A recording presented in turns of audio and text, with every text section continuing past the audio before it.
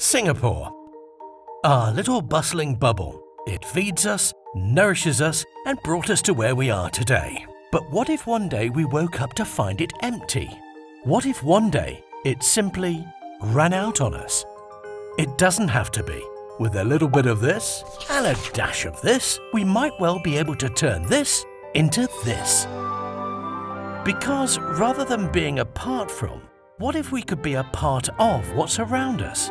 Let's take a river, for example. Life-giving, ever-giving. What happens when it has given all that it had to give?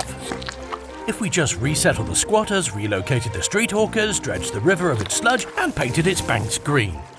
Life returns, businesses flourish, and we essentially gain a water catchment area 2/3 the size of our land area. In short, everyone becomes a little happier. Now let's take a step back.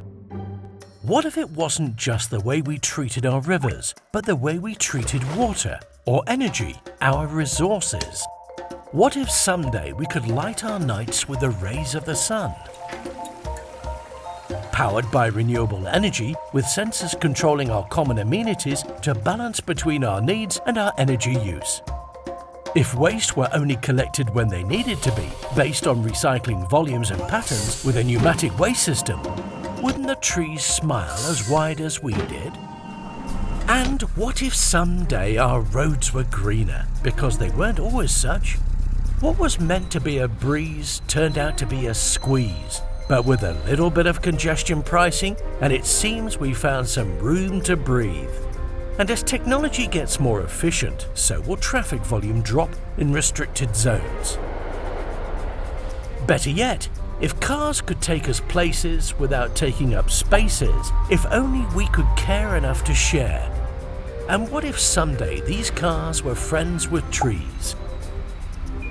But why stop there? There are plenty of ways to get around. Slow down, take a breath, and imagine a world without the need for roads. Wouldn't that be a step in the right direction? A step with a lighter carbon footprint? So, let's consider space for a second. No, not that space. Space as a resource. What if we could drop the fill in landfill? Apart from reducing waste, what if we could give second life not just to the things we leave behind, but in the spaces we leave them in? The things we no longer need not be the things we no longer use. If we burnt them, lined them, and built them into islands, imagine what we can do with all that land, all 350 hectares of it. More than saving, or in actual fact, creating space, what if we were also able to power our buildings from, well, trash? So that what we leave behind can instead push us forward. Let's start small.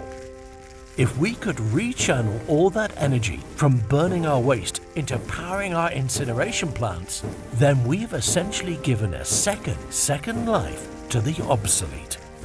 Over time, technology will increase the efficiency of waste disposal methods. Compound those effects with co-locating our water treatment plant with our integrated waste management facility, and we've got one well-oiled machine set up to recover water, generate energy, and process waste. Green isn't just the color of sustainability, it's also the color of economy.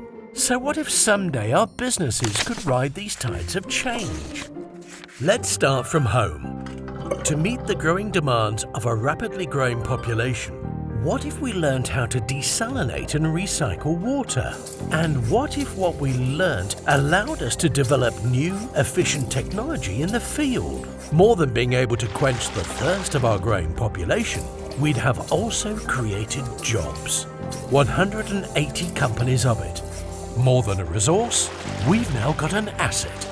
And if you apply that to the sun, we've got a resource. No, an asset that's virtually limitless. That's plenty to harness where we are. With falling costs of solar energy, think about how much businesses can save if only they were powered by the bright golden rays of tomorrow. And how many jobs that would create for solar companies. That's why we'll build entire laboratories to test new green technologies, to efficiently manage our resources, and when possible, turn them into assets. Because green is the new green. What if someday you were told you could actually make this difference? That all this isn't merely by design, but also by you, by the people. That you too could plant the seeds of change. Your hand in shaping the landscape can extend far and beyond the community gardens. From cleaning up our streets to stopping littering, to having a voice in what happens to disused rail lines, even to moulding the future of an entire island. Now, what if someday is today? What if we could turn what ifs into what is? To see tomorrow today.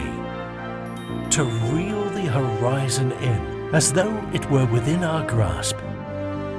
Backed by how far we've come. Just remember, we never inherited any of these. We're merely its custodians. And we're going to leave behind a more bustling bubble of a home. All it takes is a little bit of this and a dash of this.